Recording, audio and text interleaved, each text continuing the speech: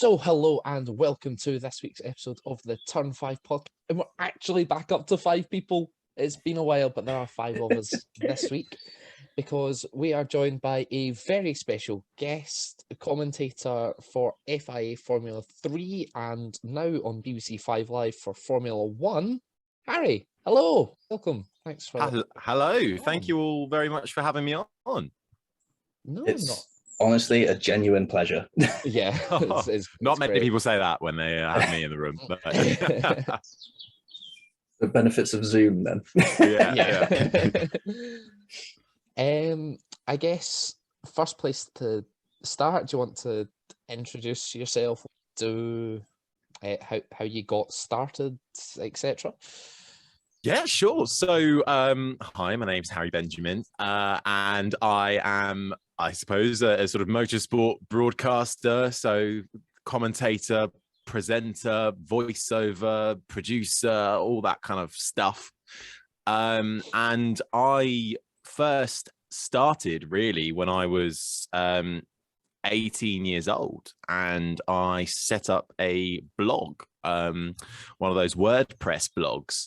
And I believe I might even still be live. I believe it was called Motorsport Talks, which I thought was a great name at the time, and still do.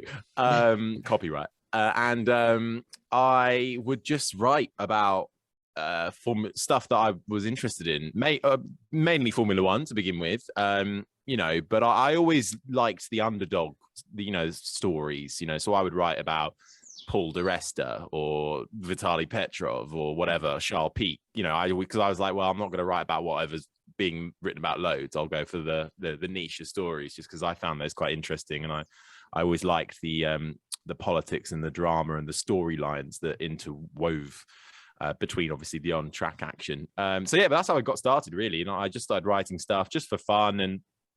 And then I thought, well, I wanted to be more of a talker. I didn't think I was that good at the writing kind of stuff. I was all right, but I wouldn't say I was mad keen on it, and at the time I was also I wanted to be an actor, and I went off to drama school and I trained as an actor. And I did a year course at a drama school in London, and I kind of realized when I was there that actually, I love motorsport and I love acting, but I'm not sure I really want to be a professional, just a professional actor. So I thought, well, what can I combine motorsport and acting? What does that sort of equal? And that kind of equaled in my head sort of broadcaster in motorsport. And then I went to university after that, and I did a drama degree. But while I was there, I got involved in the student radio.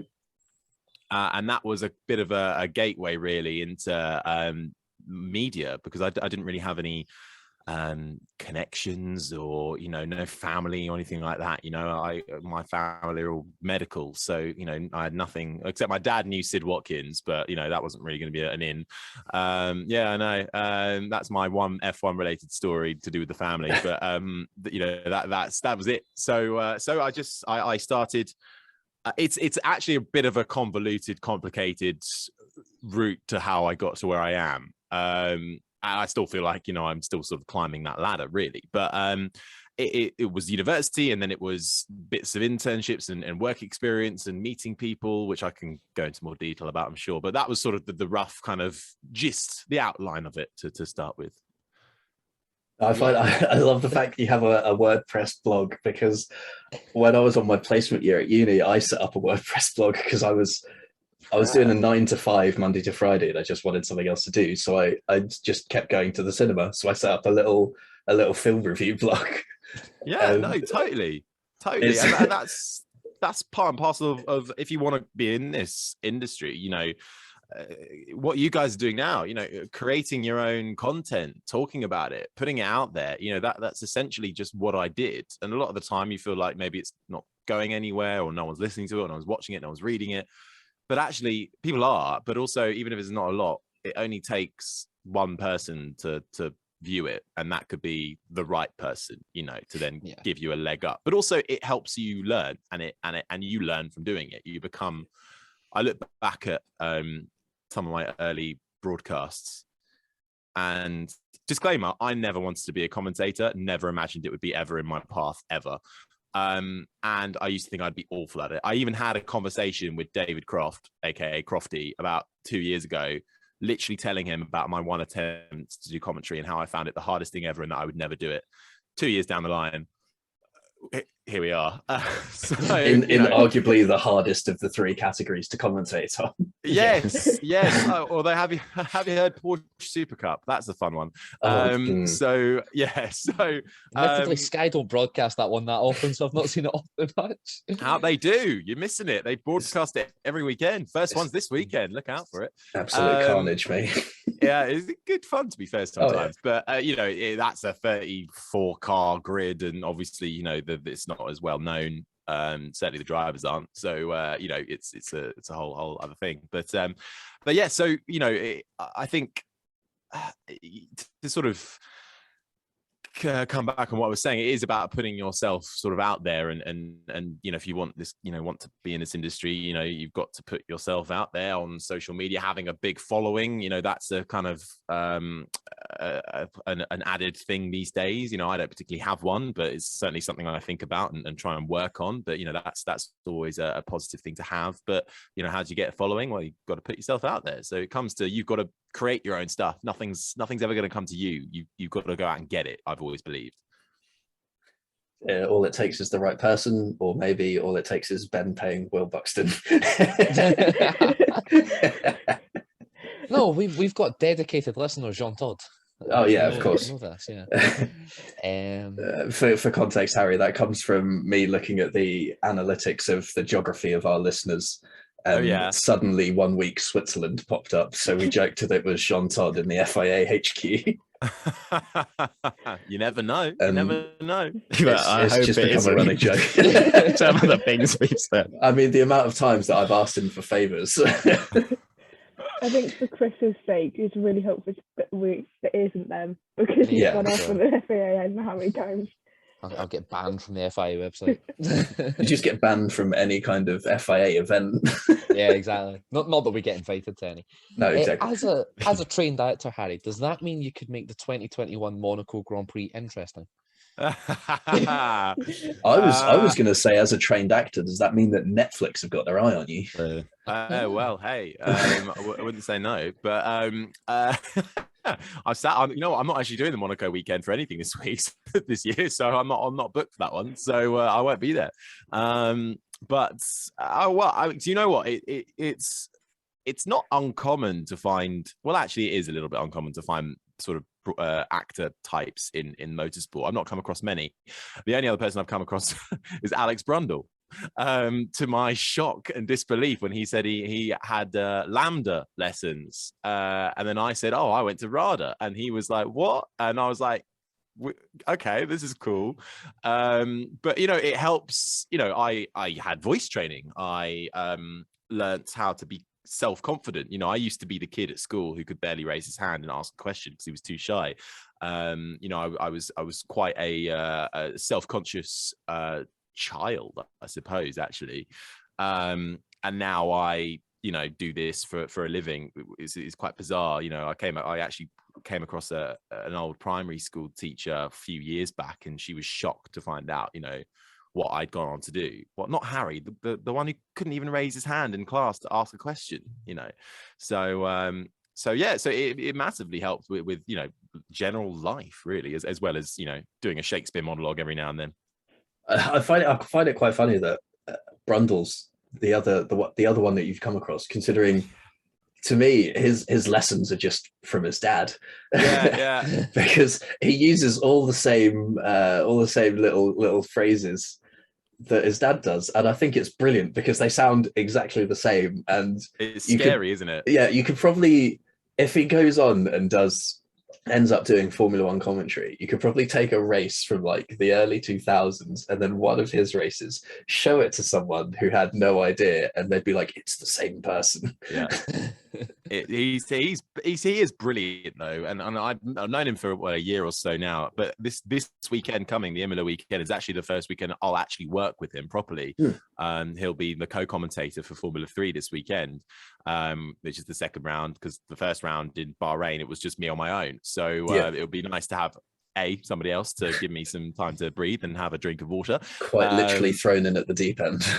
Yeah. I mean, I did my first F3 race last year, sort of standing in for Alex, and that was fairly last minute as well. But you know, Formula 3, when you're on your own, you know, it's hard, because especially race one, you know, new drivers, new liveries, getting to grips with, you know, who's who, trying to spot who everybody is, because I've seen just as much as you guys have at home. I haven't got, you know, I'm not trackside. I haven't seen any more than you have. So all I can go off is pictures and videos, you know. Obviously then my prep, I do a lot more prep, obviously. So I go in, I know everything about the drivers. I know where they come from, what they've done. But, you know, in the heat of the moment, lap 1, turn 1, 2, 3, 4, you know, it's anyone's guess. And I've only got 2 eyes. So, you know, I'm focused. Usually if I've got a co-commentator, I'll be focused on what's happening at the front. And then when they do the replays, you know, then Alex or whoever it is as a co-commentator, that's when they come in and pick up of what I've missed, you know, and what's happened perhaps further back or in the midfield. So that's sort of how it kind of works. For your prep, would you have like a folder, sort of like almost like biographies of all of the drivers? Big old folder here. Brilliant. This one's actually the Porsche one. But yes, so I mean, I'm still kind of learning how to prep, if I'm honest. It's like revising for your GCSEs or your A levels. It's constantly, you know, but good stuff. And, you know, it is quite mathematical, but a lot of points. A lot of points and numbers and all this kind of stuff. And I'm dyslexic with numbers, so that's really great. But it's essentially, you know, especially if it's championship like Formula 3, you know, I'll go back and watch certainly as many as last year's races as I can. Each race I'll watch the previous races that have been there, and then I'll do a big old Google Doc with all the info on the teams and the drivers since they started, and that will take me forever. And then I will condense that down into a page or two of just the key points that I can just, if needs to, glance at during a commentary. And I write it in shorthand, which only I can understand. So I if I see, you know, a lowercase P, that means pole position in my head, but for somebody else it won't, you know, that kind of thing. And you know, and then I've got all the long form information there on my laptop if needs be, if I need to take a moment and just actually find something out properly that I can't remember off the top of my head. But yeah, and then I'll have a track map as well, and I'll have everything, every possible bit of information about every single corner, because my biggest fear is obviously a red flag and a long delay. And then I'm like, well, that's when I've got to fill. So, and I'm very used to improvising. So far in my first ever commentary, which was last year, the Porsche Super Cup in Monaco, supporting Formula 1, first ever live racing commentary, and 30 cars, big crash in turn 1, half an hour red flag. And you know, and you're still live, and you're live on Sky, and you're live on, you know, the world feed, and then the race itself in that category is only 30 minutes long anyway. And then they restarted the race, so we were on air for an hour, you know, and half of that was filling about Porsche Super Cup, which, you know, as much as I'm a fan of the championship and know a lot about it, that's a lot of time to fill. So, but you know, then I thought, well, if I can do that, I can do anything. So it was kind of a blessing in disguise, really. At least you didn't have Belgium. No, to be honest, Porsche was the only race that happened in Belgium on that Sunday. They really should have probably cancelled the Porsche and put the F1 on, but the Porsche race was great. But yeah, no, I did listen to it. I caught a few of the commentaries for the F1, particularly the 5 Live commentary, which was rather amusing with Jack Nicholls and Jodie Palmer. I think they ended up talking about like Doctor Who and everything. I was listening to it driving to work. I'm like, oh dear. Yeah. That's what they get paid the big bucks for. That's the kind of insight you can see. expect. If they were going on about cheese, they really should have just asked Ted Kravitz. Yes. Yeah. Ted was trying to fill up Precisely. Sky's broadcast at the time.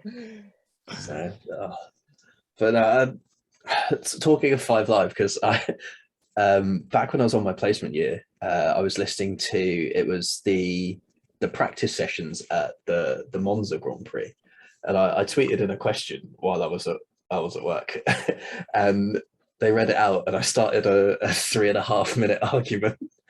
Oh God, what did you ask? Well, it was after a radio message from Lando Norris, because his engineer had asked him what the conditions were like out on the track, and he said, yeah, it's raining down the back straight and into the last corner. So I asked, what counts as the back straight? Second Lesmo to Ascari or Ascari to Parabolica? Cue arguments about what counts as a straight. It went off on a tangent of the home straight at Monaco isn't the straight. The home straight at Brazil isn't the straight. Yeah, because actually, I suppose the straight down between the second Lesmo and Ascari has a little bit of a bend in it, doesn't it, to the left? So, but it also has the DRS zone. That is also true. Yeah. So that was where the confusion came in. You know, Melbourne just recently, arguably, you know, they added 3 DRS zones in the end, but the second one was not a straight. That was, you know, that's a complete sort of left kink, really. Yeah, I can see why that sparked a debate. Certainly, there's nothing else to talk about as well. So you could also Abu Dhabi as well. The second DRS zone that's got a slight turn at the very start of it. Yeah, there'd be Sochi as well, surely, because then that still curves around. Yeah, true. Yeah, very true. Too. So, is there a back straight at all? Yeah, where is the back straight? If I need to fill this weekend, you know what I'll be talking about. What counts as straight? Even Imola's not straight either. No. See, all it takes is one little idea, and you can go off down any old rabbit hole. And that's the beauty of the radio broadcast as well, because you're not kind of confined to talking about what's on screen. I mean, even, you know, in Sky practice sessions or Channel 4, whatever, you know, in practice, it's not really about what's happening out on track, but obviously you're kind of guided by that. Whereas in the radio broadcast, you know, usually more often than not, people aren't watching, you know, they can't see it. They're in their car, or, you know, they're on the move, or, you know, or they're visually impaired. You know, there's a lot of people who listen for that reason. So you have the kind of ability to go off on a tangent, and, you know, if something major happens, then yeah, you can talk about it. But if it's just, you know, strolls going around setting laps, then you don't really need to talk about that. You could talk about, is that a main straight or a back straight? Or is it even a straight at all? Yeah. So is that what you'd say were like some of the biggest differences between being on radio and doing an actual like race broadcast? Well, radio for sure is very different, because you've got to be more descriptive. You can't just say, you know, and look at him, he's gone right down, you know, look at that. You know, when you take that for granted. It's what I did, you know, in my first year, it was all TV broadcast. So, you know, you're seeing what the audience is seeing. So you can just say, you know, or you don't say anything, you know, or you just let it happen.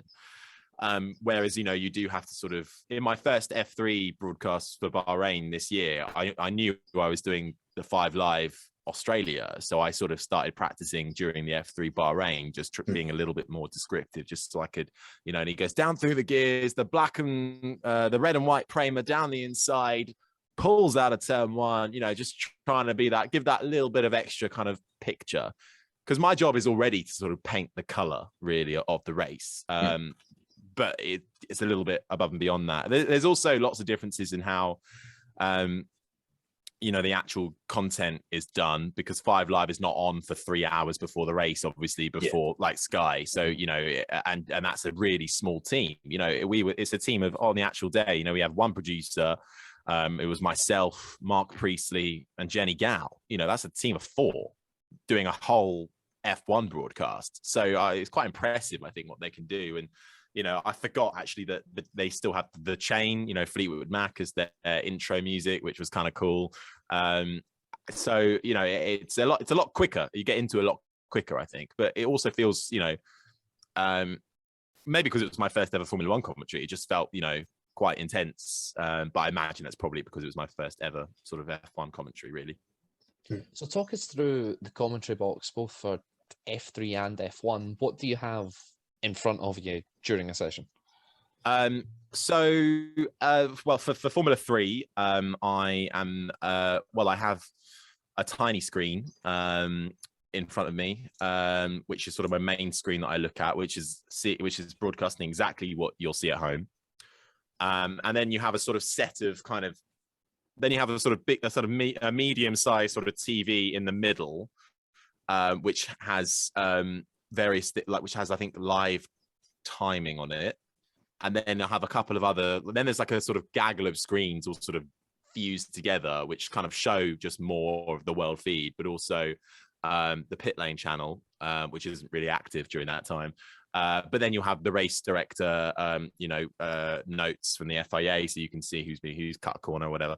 And that's essentially it. And then, your microphone and your box in front of you. And then I'll have a little table with all my covered in notes and my laptop. And that'll essentially be it for Formula 3. And it's very similar in Formula 1. That was, I had one screen which had the driver tracker and a great and a tire map sort of screen, and so I can see how far through a lap they were as well, which was really handy. And then I'd have my timing screen as well, and then we'd have the world feed supplied by F1, so, and a mic. And then away you go. And then again, table covered in notes and a laptop. And that's essentially it, really. So that's how the magic happens. You mentioned earlier about, you said you're not doing anything at Monaco. How do you know which races you are doing, which ones you aren't? Like, how? Sometimes I'll get asked very last minute, to cover something, and then I'll just do it. But there's no Formula 3 that weekend, so I wouldn't be booked for that anyway. And I'm not doing Formula 1 because I haven't been booked for it. And there is Porsche that weekend, but I'm doing another job essentially. I have another race championship that I'm doing elsewhere. So that means I'm not doing Monaco. But essentially, I mean, I'm still very early into this. But I was asked at the start of the year, would you like to do Formula 3 this season and Porsche Super Cup? Can you commit? And I said the dates that I could commit to, and that was that. So, but very much last year, I was asked, I think, a day before, on the Friday of the British Grand Prix, could I come and do Formula 2? On the Wednesday before Austria last year, I was asked, can I do Formula 3? So those ones were quite last minute. So, sometimes you have loads of time to prep. Most of the time it's like, oh, can you come and do this? It's like, oh yeah, sure, whatever. But I think the more you do, the more you can, you start to kind of be asked a bit further in advance, then you can commit to doing a whole season and things like that. So is it FOM that come to you, or F2, F3 themselves? No, so it'd be FOM, so Formula One Management. So they supply it all. So that they run everything: F1, F2, F3, and Porsche Super Cup. And they do it all essentially. Formula 2 and Formula 3 have their own teams, which I liaise with, who are down on the ground. PR, communications people, who send me lots of nice notes and updates and things like that. Or if I've said anything wrong, they'll tell me off. And then FOM will essentially, ask me, hopefully at the end of this year, at the start of the next year, what do you want to? We'd like you for so and so. Can you come and do that? And then we'll go from there. So that's the F3 side of things. And then obviously for F1 for the BBC, that's done by actually an independent production company who do it for the BBC. So both have to agree, but that was very much sort of done by the production company. So when you do agree to do a race at short notice, is that then they'll sort out all your flights, your accommodation, everything's all sorted? It's just you've got to get to the airport, sort of thing? Well, so currently I don't go to the tracks. So a lot of, if not the majority of Formula 1 commentary, Formula 2, Formula 3 is all done, especially if it's under FOM. It's currently done at Biggin Hill Airport in Bromley, Kent, where the Formula 1 headquarters are.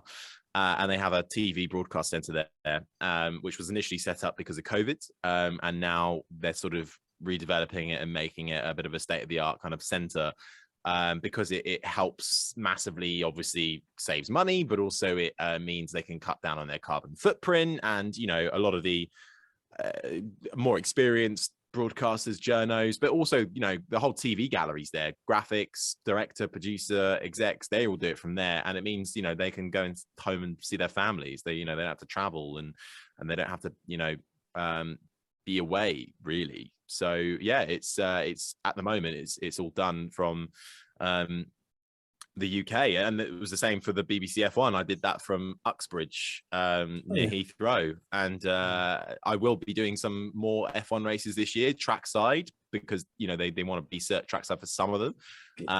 But yeah, at the moment it's I don't fly, which I obviously don't really like, but you know, I take what I can get. I mean, I certainly wouldn't complain. Sorry, coming back to your question, that means it's quite easy to sort of then just go and fill in if needs be. You just get a fuel card. Submit your receipt for your diesel, which nowadays is probably about 4 times what it was last year. Yeah, I'll be up in my pence per mile. Right. I wasn't too certain about that one, because I remember Croft doing pre-season testing. Alex Jakes, I think, as well, talking about how good it was to be back in the commentary boxes. So Alex Jakes has not been trackside for a long old time, really. So I think he's quite excited that he's more trackside this year. But I think even so, I think Channel 4, it's sort of split 10 races there, 10 races. I think they're in Ealing. So yeah.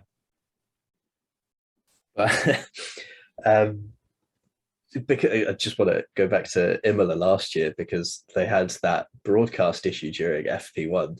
So don't press any buttons because we would like to see the drivers this time around.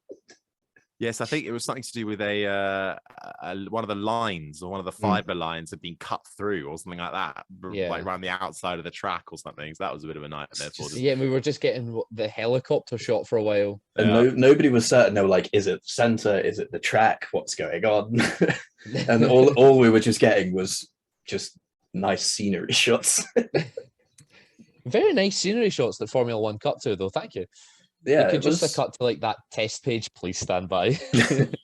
It gives you well, it gave me at least a better idea of sort of the whole geography of the circuit, because you only get when you're looking at like trackside cameras, you only really see a bit of the circuit at the time, and you mentally you can kind of piece it together of what the whole circuit looks like. But then when it's very different to when you get like, you can just see the whole area from onboard the helicopter.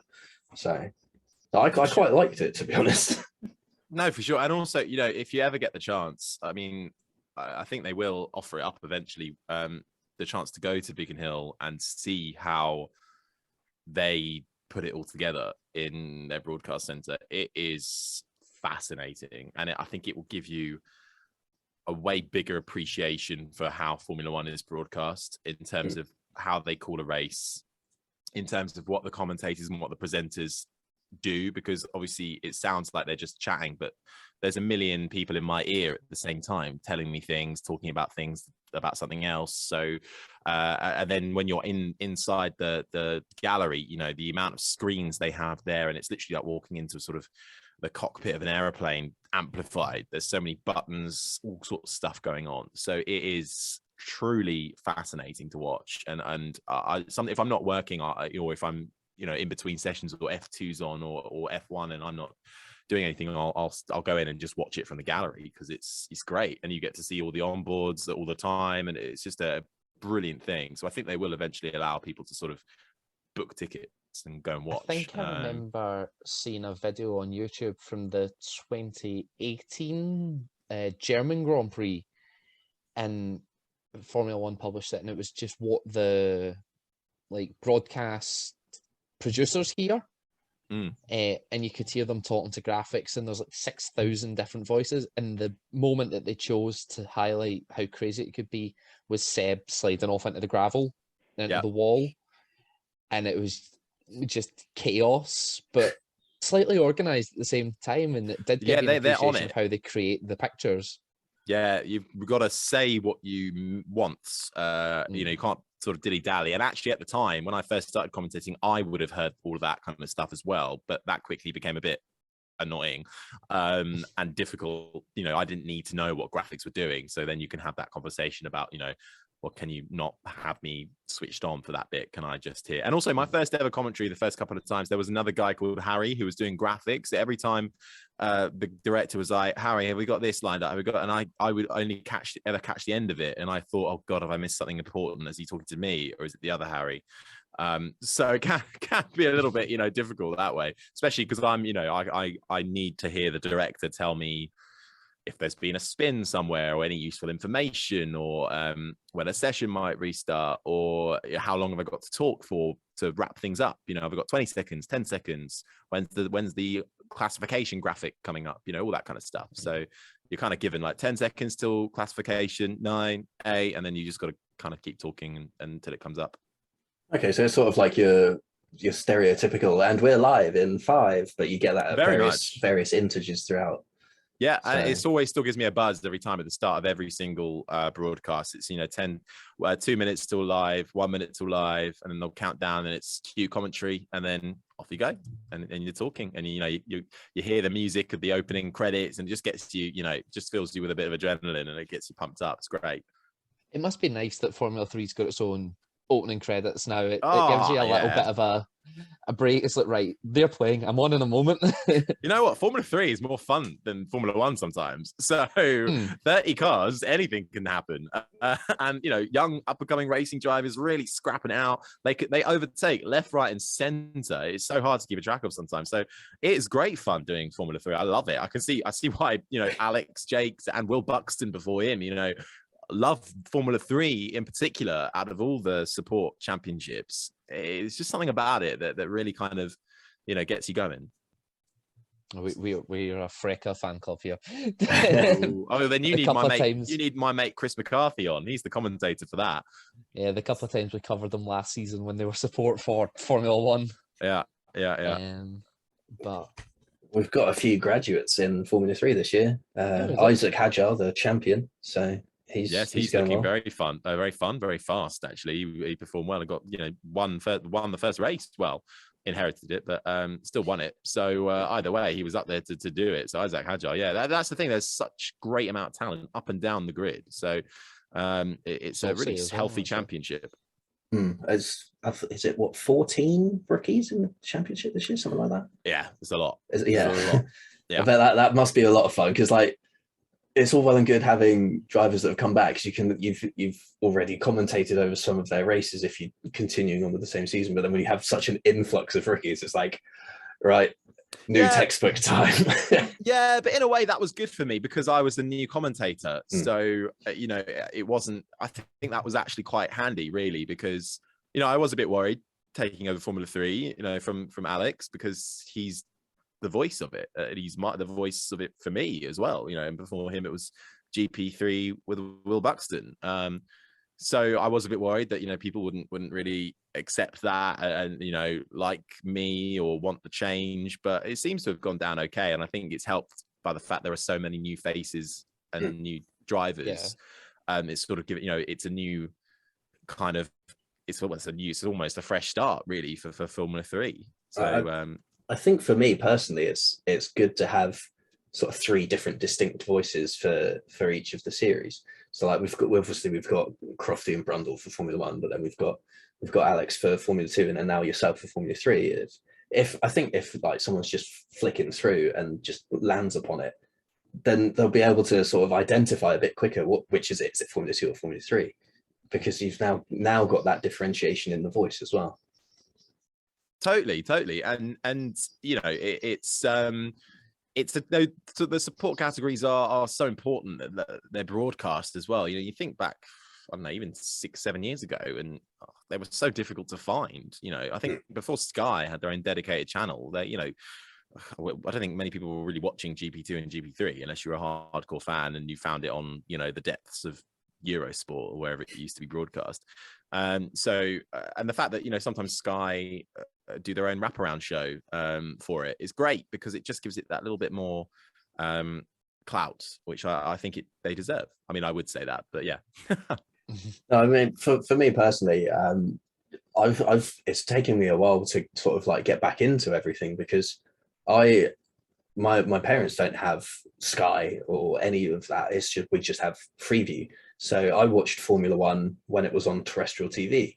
And then when it moved to Sky, that was just kind of it. I'd watch the highlights on Channel 4, and that was all that was available to me. But now I've got my own job, my own money. I've paid for a Now TV subscription so I can watch the Sky broadcast. But within that, I'm now able to access not just Formula One, but Formula 2, Formula 3, and all of the other stuff that's comes with it. And it's just, it's good. It's gone from like nothing to 100 very, very quickly. Yeah, no, well, I think I'm glad actually. I've seen a lot of stuff on Sky recently. They're showing British GT and GB3 and GB4 and GT World Challenge, and I'm like, good, because those championships, if you like F1, F2, F3, you're gonna like those as well. And if you're paying for the Sky Sports F1 channel, more often than not, you're going to be a little bit more than just a standard fan. So you make use of that channel, is what I say. If you're going to make people pay for it, make use of it and give them as much coverage as possible. I think what you were saying about coverage being sort of hidden in the depths, that was the problem. I noticed your jumper, I think Formula E had for a while. Yeah. If it was, yes, they had a broadcast with deal with the BBC, but you never knew if it was going to be on the BBC. If you had to go on the website, find it through iPlayer. Like, I remember really struggling for a few races to find out how to watch it live. I feel like that's kind of what happened now with the change to Channel 4. It's got a bit better now that it's on Channel 4, but it's kind of like W Series now, then, isn't it? Because W Series is it E4? Is it 4? Is it just on the website or what? So I think Nia, what you might have been saying is that I think last time it was on Channel 4, but I think it was on the Channel 4 Sport YouTube page or something like that. Qualifying was on YouTube, but I'm not sure about the race. So, I mean, it's still clearly something that Formula E certainly struggles with, but I mean, it's a damn sight better than when it was in a broom cupboard on Channel 5. So, and having Vernon Kay host it, Nikki Shields is a bit of a mentor for me. So, I'm a big supporter of her and Formula E.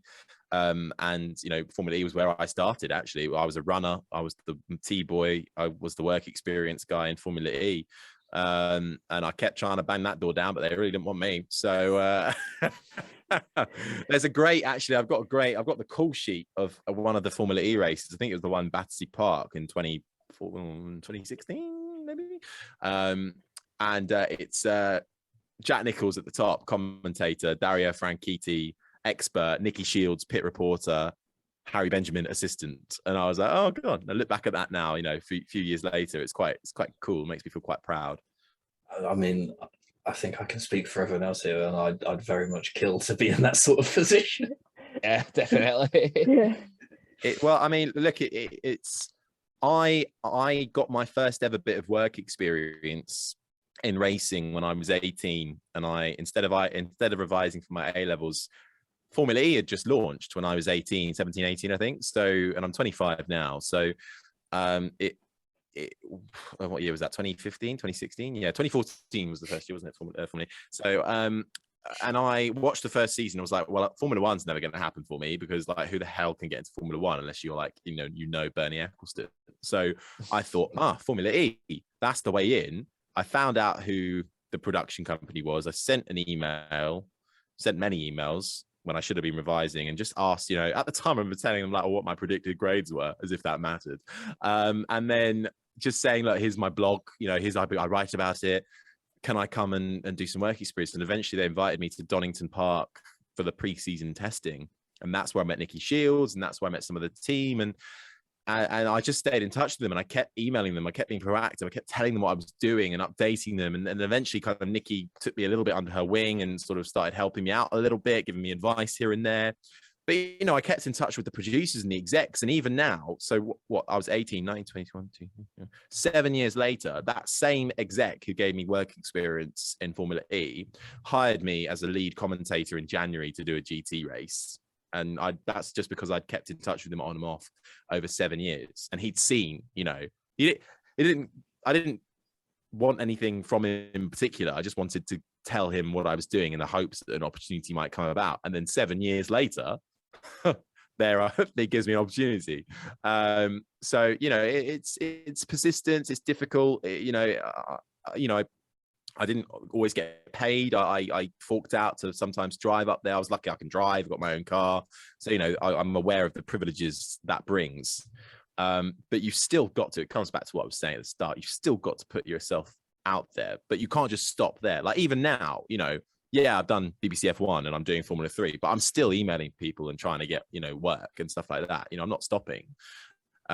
Because I've never felt like things will just fall in my lap. They never have done. I've never, you know, the only time anyone's ever called me up out of the blue was probably the BBC for Formula 1. But even then, I'd laid the foundations of that 6 years ago, because the company who used to produce that, I was an intern for a year, and I knew all the producers, and I'd got that internship kind of straight after drama school just for a month.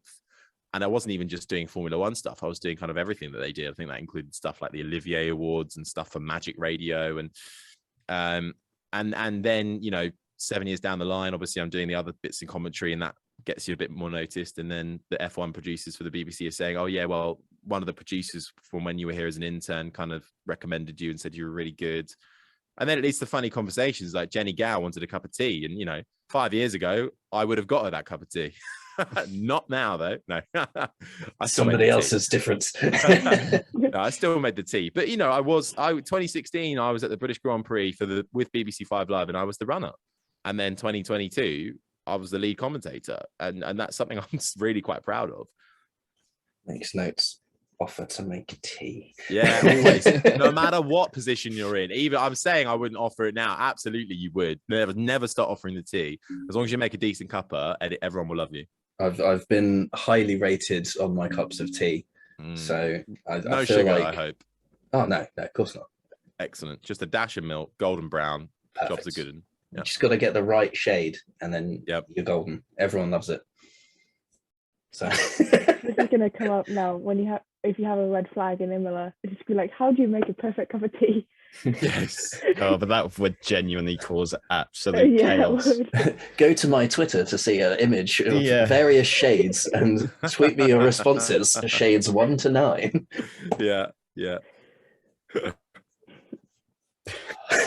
Shall we talk, Imola? Is this weekend? Oh, yeah. Yeah, we've got predictions to do. We should probably cover this weekend's action. Yeah. Sorry, have I been talking too much? Apologies. No, not a problem. I mean, it's your job. You should see some of the tangents we went on. The amount of times we've ended up in Singapore. Yeah, that was just Monaco last year. Yeah, to be fair, the Monaco Grand Prix last year, we did just end up discussing the hopeful Singapore Grand Prix. You guys think it's funny to go off on tangents. I edit all of this. I know that one time, just halfway through an episode, we started doing F1 related quizzes. Yeah, that was a fun one to edit. Yeah. All of that's going in the bloopers. So that's, looking forward to that bit. So, Imola, I need to go look up how many laps there are for laps. We've come up with a new name for Lapo Bingo. It's now Lap Down Showdown. So for context, Harry, we had a thing where we didn't like the number 9 driver of Nikita Mazepin. Right. So we played a game called Mazepin Bingo, and we'd guess whether he would finish the race or not, which lap he would first be lapped, and how many laps down he would finish. And who right? Yeah, who won last year? I think you did, Chris, in the end. Yes. Maybe. It might have been. I definitely mentioned it in our end of season one, but there was like a 3-way tie at the end of the season, and it came back to like going back on countback. We had to invent countback rules. but obviously with the new regulations and the new season, it was kind of like, well, we don't know who's going to be the slowest driver. Last year, it was kind of obvious, Haas was very much a boat, and Mazepin was not up to speed, even just from preseason testing. So this year, we've changed it. So now you have to predict who is going to be lapped first and on what lap and how many laps down. So it's become a lot more difficult. Yeah. Right. Do I need to answer that now? No, you've got some time to think about it. Okay. We've got some slightly more standard predictions before that. Okay. So standard predictions. Let's kick it off with qualifying. Who will take, and we can call it pole position this year. There's no Speed Change King. the rules. Yeah, got rid of Speed King. So Nia, who's taking pole? Sainz. Carlos, Ben, Leclerc. Richard. I've also said Leclerc. Yeah, I don't think we can look past Leclerc. Harry. I'll be going for Sergio Perez. Oh, Nice. I He think- did I think- qualify Max last year, so He started on the front row. He's much more up to speed with this car at the moment, and also it's only a 100-kilometer race, isn't it? So less time to sort of get overtaken, no pit stop strategies to interfere. I think he could do it. oh well, this is just quali. this is pure pace quali. We then got sprint This is P1. Q1. next. Sorry, this is Q3. This is qualifying Quali. for the sprint. Actual quality. Yeah. Yeah. Oh God. Okay. Oh, okay. Because they're okay. calling that pole position again. I thought the winner of the sprint is pole position for the Grand Prix. No, they fixed that. They've got a That's different not name for that allowed. now this year. Oh, Yeah. God. Yeah. Thank God I'm not commentating this weekend. Well, you're welcome for preparing you for it. Yeah, thank you very much. Okay, I'll still go for Perez. Why not? All right. Six Do we know guns. the name for the sprint winner? I've literally just written sprint P1. So Okay. Let's call it the Speed King anyway, just so we know. Richard, who's going to be the Speed King? oh God. So the winner of the sprint I have put as Leclerc. Nia? Leclerc. Ben? Leclerc. Science, just for some variety. So, someone has to maybe score some points. Well, a point. Harry? I'm sticking with my man Perez. And now the most common one that you'll always be asked, podium. Harry, do you want to start us off? So I'm going all in on Perez in case you hadn't worked that one out. So I think he will be on the top step of the podium come Sunday afternoon. And then I think Leclerc will be second. And then I'm going to put Russell in third. 63 laps. Car number 63 on the podium. Illuminati coming out here. We do like a good conspiracy theory. Yeah. I think I'm going to go for what will end up being this season's all reliable, and that's Leclerc, Sainz, Max. Boring. It's not as bad as Hamburg. 2020. Yeah, Hamburg. Ben? I'm going for Leclerc, Perez, Verstappen. Nia? Leclerc, Russell, Perez. A Mercedes and P2. P2. What's happened? Why? Where's Max? Yeah. Max's fuel's going to break again and then Yeah, retire. he's then just gonna go again. Yeah. Yeah, that's not been good. Speaking of that, actually, I saw a meme on social media today. It was like the number one on Max's car is how many races he'll finish in 2022. Look, Max has won every race he's finished this year. All right. Just a shame he's only finished 33% of the races. He was car number 33. That's also not good. Richard? I've gone for Leclerc, Verstappen, Sainz. Bold prediction time? Oh, for that. What does that mean? Yeah. Sorry. You can So- pick absolutely anything, but make it something that's probably not going to Yeah, happen. something unexpected. Okay. For ideas, last time we've had a red flag by lap 15 of the race, 2 safety cars and a red flag, a bold prediction of no safety cars in a race, That is quite bold. stuff like that. Oh. New game, safety car bingo. That's a hard one. Sorry, are you waiting for me to go? No, No, we're I getting haven't some thought things of one in either, mind. so don't Yeah, worry. So, Forgot about that. bold I- prediction. Oh, I got one. Okay. I'd love to see it. I think Zhou Guanyu will lead half the race. That is very bold. Something will happen that means he's somehow ended up leading. I like it. I like it a lot. Didn't that To happen be to fair, Giovinazzi in Singapore or something? Yeah, Singapore. We've mentioned that. Yeah, you're right. You are right. Yeah. Yeah, Giovinazzi led Oh, poor old laps in the Antonio. 2019 season. Well, I was just thinking more the F2 guy that went first for a bit. Yeah, Sato was it, and Bahrain just went on a madness. So I was like, yeah, I'll just lead the race. It's fine. I mean, it was obvious that Was it the Sato? pit stop strategy had yet to unfold, but Was it Sato or was it Iwasa? I think it was Iwasa. It was Iwasa. Yeah. That's it. Yeah. Yeah, that was mad. The amount of memes that came out of that, like when you forget to set the AI to to the right difficulty.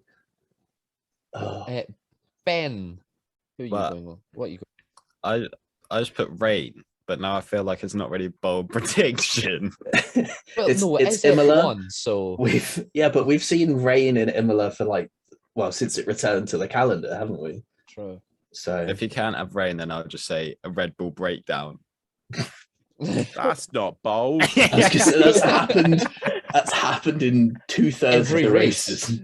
Every The street streak there's been an issue. continues. You could say Um, double points finish for Aston Martin. Or is that a bit harsh? We love That's being more than harsh on this bold. podcast. Yeah. Oh. Yeah, no, I don't think there's been a race where Red Bull haven't had issues. At least their powertrain hasn't had Oh, issues. okay, yeah, okay, fine. Yeah. I was just thinking the Red Bull team because they both finished in Saudi Arabia, didn't they? Yeah, because both Red Bulls retired in Saudi Arabia. Sonoda No, didn't Bahrain. start. In Bahrain. Sonoda didn't start in Saudi Arabia. That whole weekend was just a mess for him because Yeah. he struggled to even get practice laps in. And then So- Max broke down in Australia. Yeah. So yeah, there hasn't been a weekend where RBPT haven't had a 100% finish rate. Maybe that's what I should go for. 100% finish rate for RBPT. Honda.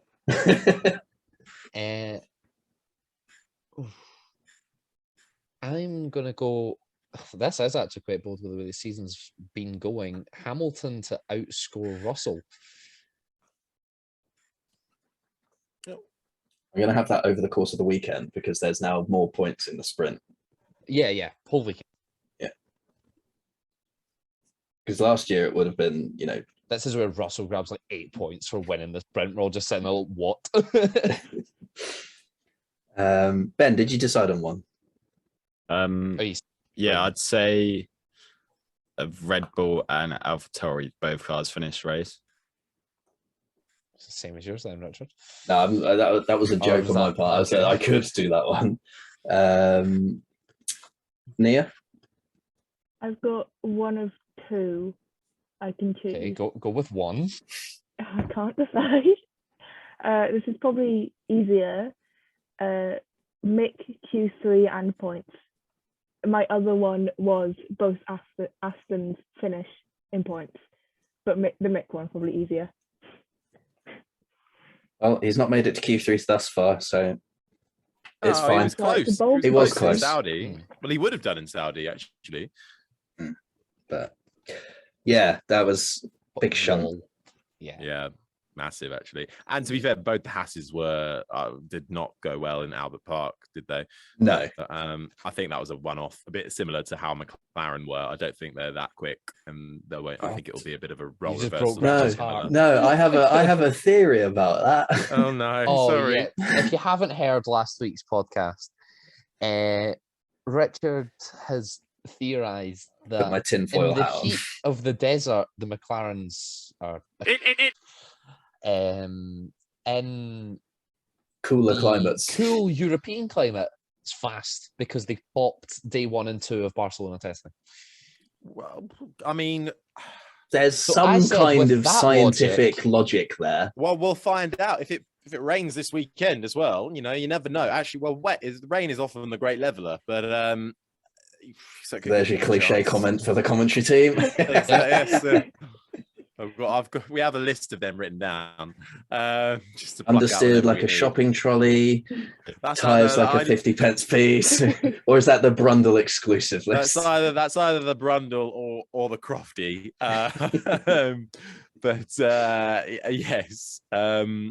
Well, I mean, for your sake, I hope you're right. So do I. Because I'm gonna my bold is both McLarens in the top 6. Whoa. Who's ahead of not? What? But who's ahead Who- of who from Harry, and who's not in the top 6 to let the McLarens in? Well, Lando is obviously going to be in front of Daniel. Look Because at we the love some performance. British bias. No, look at the performance from last year. Lando was significantly faster than Daniel around Imola. And then I've got Leclerc, Verstappen, Sainz on the podium. So then Perez. So yeah, it's just the Merc boys aren't as quick. So it's both Red Bulls, both Ferraris, both McLarens. That's your top 6. Interesting. Lapo bingo time. Lap down showdown. Sorry, God, we've lap down rebranded. showdown. Chris, get it right. Something I I could wasn't actually fond of turn this into some kind rebranding. of jingle. But literally it happened 10 minutes before we started recording. I literally just went, why don't we call it Lap Down Showdown? All right, lap down showdown. Richard, you can go first. Latifi. Will There's he finish? 63 laps, isn't there? Yeah. So we're going to say he's going to get lapped for the first time. Well, then again, Australia, it didn't happen till like the very end.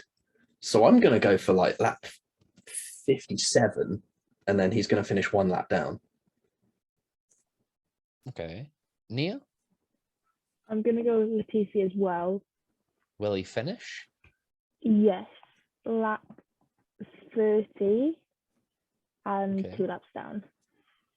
Was that 30 or 40? Sorry. 30. 30. Ben? I'll go Lance Stroll, lap 43, 1 lap down. I'm going to go, and it pains me to say this, Seb. Lap 28, 1 lap down. Blimey, so he gets lapped pretty quick and then holds his own. Safety cars. Oh, okay, fair enough. Yeah, but Harry? then it'd be unlap itself, surely. Yeah, it will be Isn't it lapped, the, it's okay. the first And lapped time again. they get lapped? That's Yeah, what the it is, 28 is Yeah. the first time they get lapped. Gets confusing once you start adding in safety cars. Yeah. I think I'm going to go probably Latifi, lap.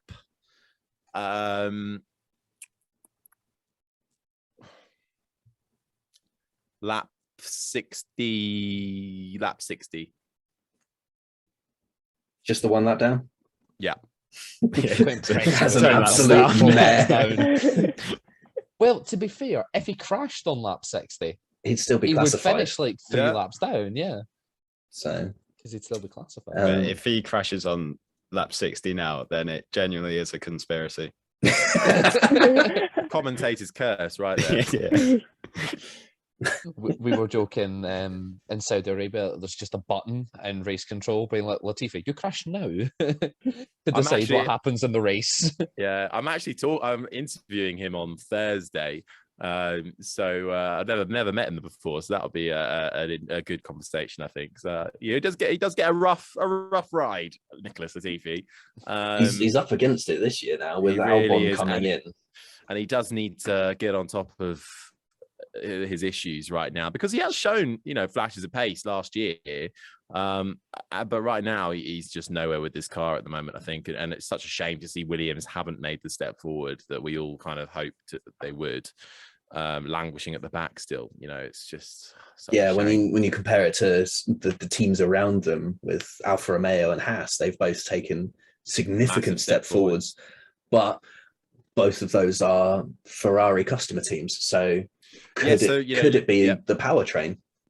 I think it is a little bit down to that, but I think in all it's I think Williams have clearly gone the wrong way with their design. I don't think they also didn't have a mule car back in Abu Dhabi to test these new tires, which is what Latifi's having these massive issues with.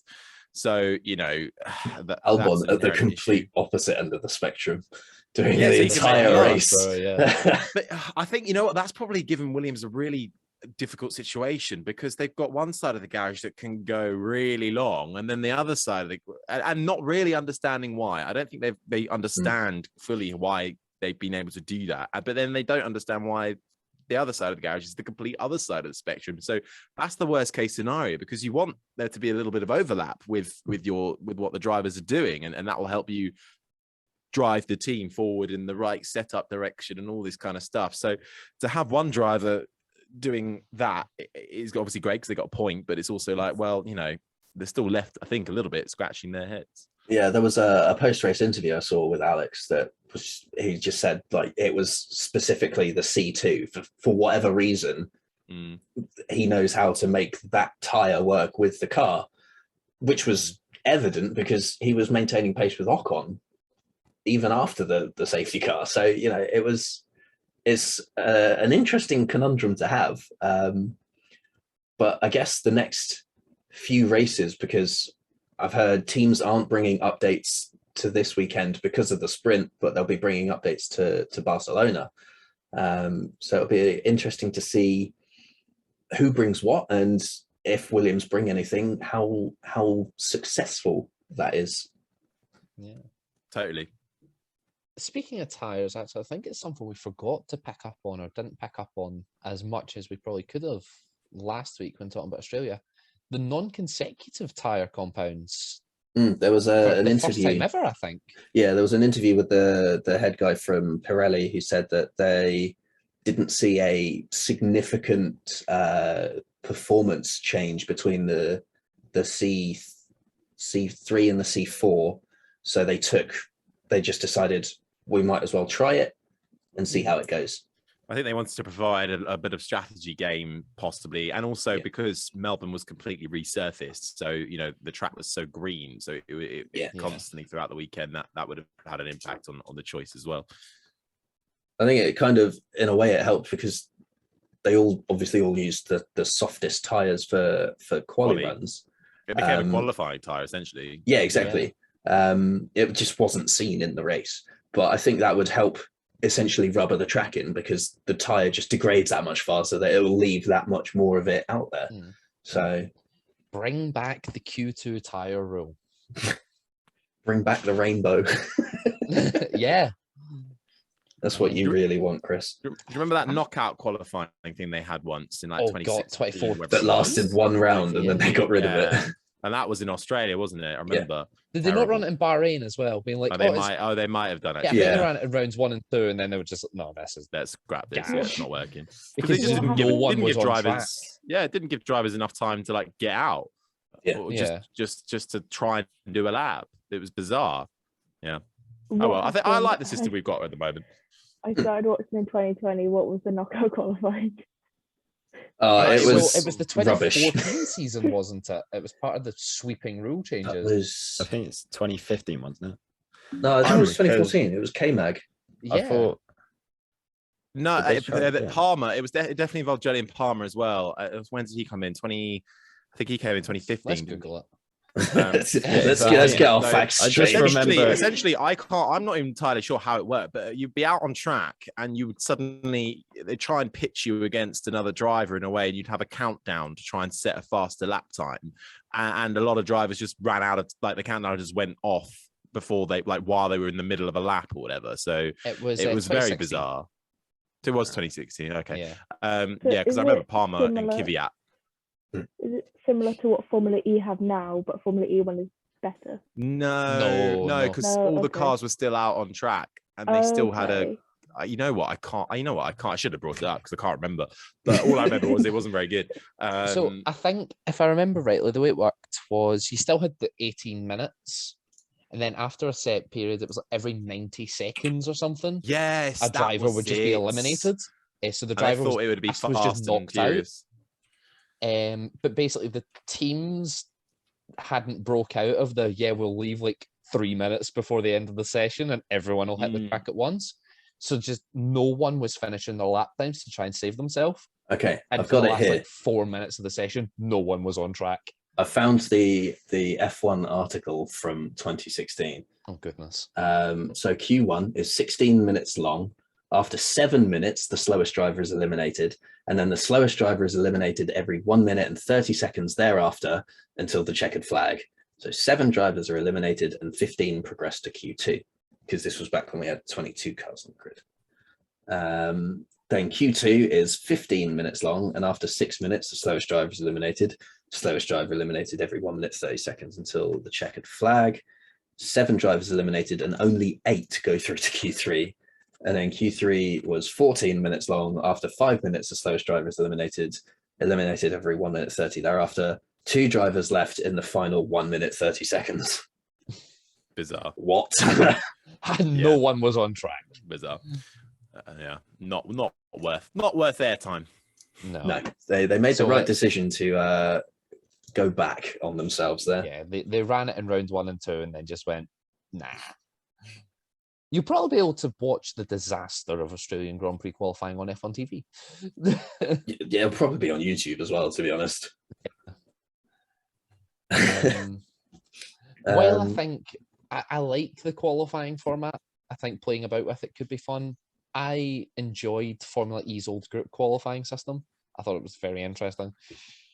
Yeah, it just was very unfair as well, I think. Yeah. Especially based on championship order, and then the track, getting faster and faster or getting slower and slower. I get what you mean. It was quite entertainment, but I think they've struck gold a little bit with this sort of attack, battle Formula E qualifying that they got going on, which I think is quite enjoyable.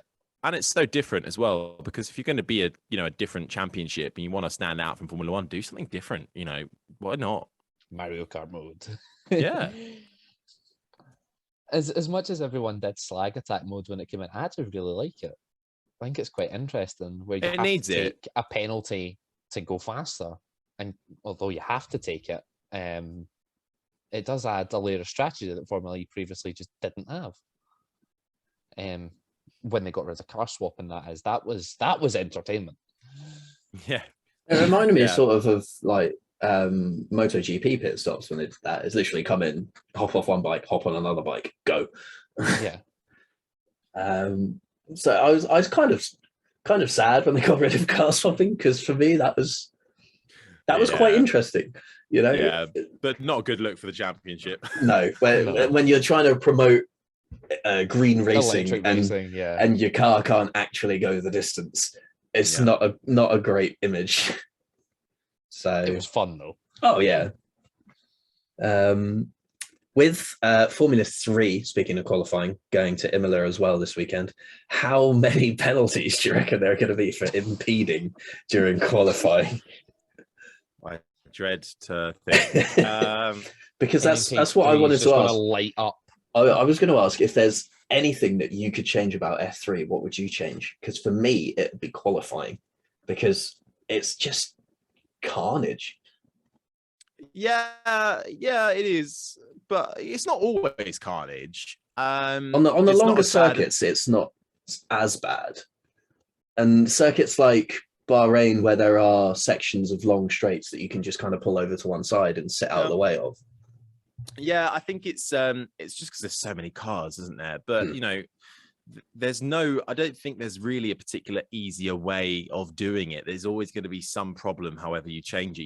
If you're sending out cars in intervals, that's not really going to work, because there's so many cars, and it's, then it's kind of, there's not enough action happening, because once a car does a lap, then you got to watch it again, and then you got to wait for the next guy to come out, and then that's going to take ages and way longer. And then the guys that go out first are going to complain that they're being disadvantaged. Yeah, exactly. And Formula 3 is a learning ground. It's a breeding ground to learn how to make the move up to Formula 2 and then make the move to Formula 1. So by sort of emulating Formula 1 in terms of qualifying the race and having a weekend of it, at least in terms of format, they have to be able to cope with that, and because they're key skills that they have to learn as drivers. So yeah, I wouldn't change anything about Formula 3 right now. I've heard rumors recently that there might be a new car being introduced in the next couple of years, which I'd be very excited to see. Do we reckon that's going to follow F1 with its ground effect way? No. Well, Formula 3 doesn't need that because it has overtaking. So and they're much. Well, that's because it's a spec series. Well, exactly, and they're much slower, and they are smaller, so that you don't need it as much, and much less downforce, obviously, and as you say, spec. But yeah, nothing I would change massively. I'd like more races, actually, more places to visit. Personally, a longer calendar. I love a long calendar. Let's go to the Middle East back. Let's go to Australia. Let's do all them. Yeah, I remember last year we were quite looking forward to Formula 3's first flyaway race when they were supposed to have went to the US. That got cancelled for operational reasons. I ended up in Sochi. But yes, and also it's a big financial and environmental push as well, which is why they don't go to as many as they used to, or it's certainly as far wider reaching as they used to, because it's just too expensive for the teams and the drivers. You're forking out at least $1 million to be in Formula 3, and that's the third rung on the ladder. Just looking at the list of other races, and I think obviously Sakir is far away, but then that's the furthest. That is in Europe. Then the next furthest would be sort of a toss-up between Budapest and Monza, really. Yeah. So, yeah. But I'm looking forward to, obviously, Silverstone. That'll be a mega weekend, I think. That'll be a full-on weekend, F1, F2, F3. So full grandstands. There's a couple of British drivers in there as well who are very good. So that should be a mega weekend. Yeah. I think there was a stat from last year that it was like the first year in God knows how long that Lewis Hamilton merch wasn't the highest selling merch. God forbid. It was just replaced by another British driver. Yeah. Of course it was. George. So, I mean, I think it's good.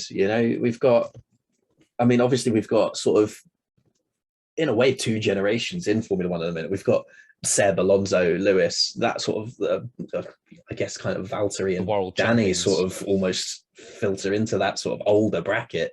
And then we've got this sort of like the new crop coming through. I think it's brilliant, but at the same time, I think we need another team. I want more teams, more drivers on this grid. I had this debate this morning with Rachel Brooks. We want more drivers, 100%. 12 teams.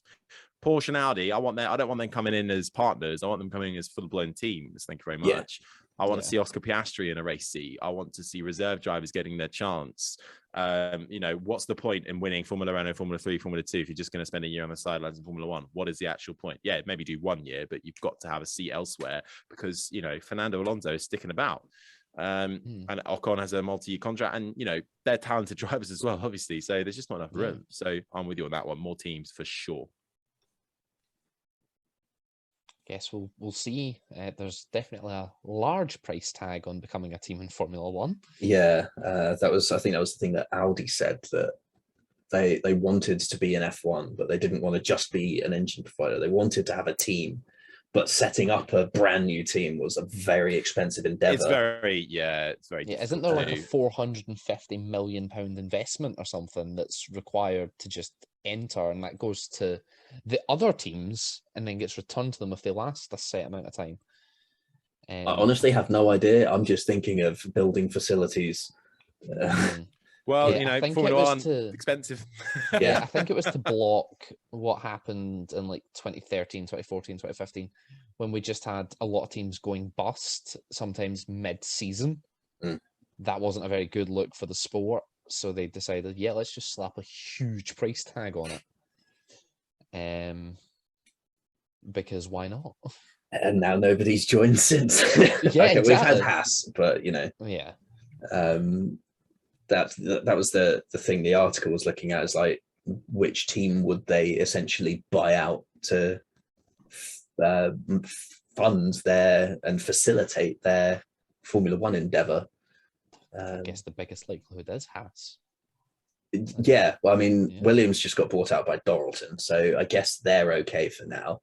The other one, there's also this American team. Andretti might be coming in. You never know. Yeah. That would be a good chance. It's if your dad's a billionaire, then you might be able to get a race seat and buy your own team as well. That's another option. Did someone say Latifi and Mazepin? And Stroll. Yeah. But it's always been a rich person's sport. It always has been, and everyone's a pay driver in some way or another, whether it's your dad, whether it's your partners, whether it's a team. Everybody's a pay driver. You don't get to Formula One without forking out money for it.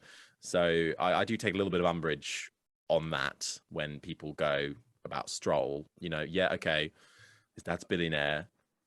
I think owning the team helps. Yeah, but I think 100%. It's a bit rogue. But then again, you look at Lando Norris.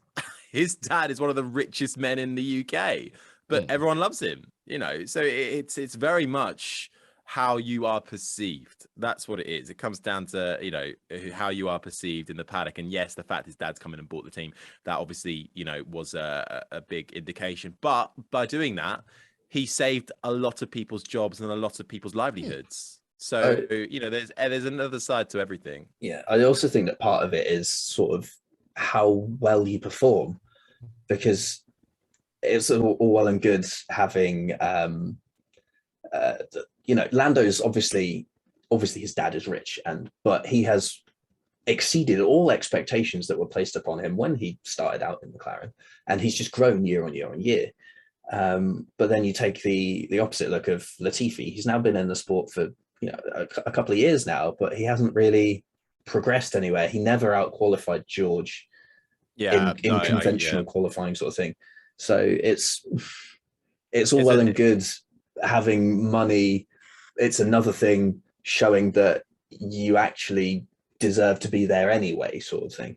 No, I agree, but that's been a case of how it's been since the start of Formula One. There's always been, people. There's always been someone longer than they should, but and sometimes that comes to the detriment of talent who does deserve to be there. But that's the name of the game. Sadly, that's politics, and part of being a Formula One driver is getting the sponsors and getting the funds on board. Not just being fast on track. So it's part of it. But, a prime example of that is Callum Ilott. Like, you can't argue. Sure. He's got the pace. It's just he didn't have the financial backing. So didn't have the name that Schumacher had either. That all plays a part and parcel on it.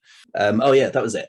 So the other name that was sort of touted for Porsche or Audi to take over was Sauber. So obviously at the minute they're under Alfa Romeo, and they're not particularly bothered by what name they operate under. So that could be an alternative option. Obviously, they're also a European-based team, so makes it easier for transport and logistics and that sort of stuff. So that was the other avenue that was touted as a likelihood. So. And Sauber have certainly, had their fair share of manufacturers on board over the years. You go back to, they had the BMW. Yeah, I was just saying BMW like in 2008. Yeah, and it's great to see that team doing so well. Actually, again, because they were a really strong team, and behind that team is still the Sauber team, although they're not known as that anymore. So that is an independent team who have taken the decision. They have had that association with Ferrari for so long, which has come a bit closer due to Alfa Romeo, but that's kind of shifting away. They made their own gearbox this year, which seems to be working apart from their starts. Yeah. So and they've got. I think they have got a good lineup. I don't think Zhou Guanyu has been out of his depth at all. It's got a great benchmark in Bottas, who is very much the older statesman now, leading that team forward, mixed with a young gun who wants to perform well. That's what you need in a team, I think, to push yourself forward. And they've got half an eye on the future with Théo Pourchaire in their driver academy. Yeah, that could come back to bite them, but he's ready. So yeah, but at least they've got someone for sure, and he's bloody good as well. So he needs to win the champ. If he wins the championship, then their hand might be forced, depending on how well who would they get rid of. Zhou Guanyu is incredibly marketable. So in a shock move, Alfa Romeo enters a third car. Well, I back third cars for sure. Anything that would get more cars on that grid. Yeah. More teams and more cars. Okay, that's a bit much. I think if we just added a third car for each team, I'd be okay with that. A 30-car grid, phenomenal. But yeah, I think that's about it for this week. Yep. Yeah. Thank you so much, Harry, for taking time out of your hectic weeks with all of the championships that you do. Thank you very much for having me. For coming to join us. It's definitely been a great insight into the world of Formula One broadcasting. As always, a massive thank you to you all for listening, watching, however you enjoy the podcast. Please continue doing so, and we might be able to get more opportunities like this. So thank you very much for watching, and we will see you next week for the Imola review. Ta for now.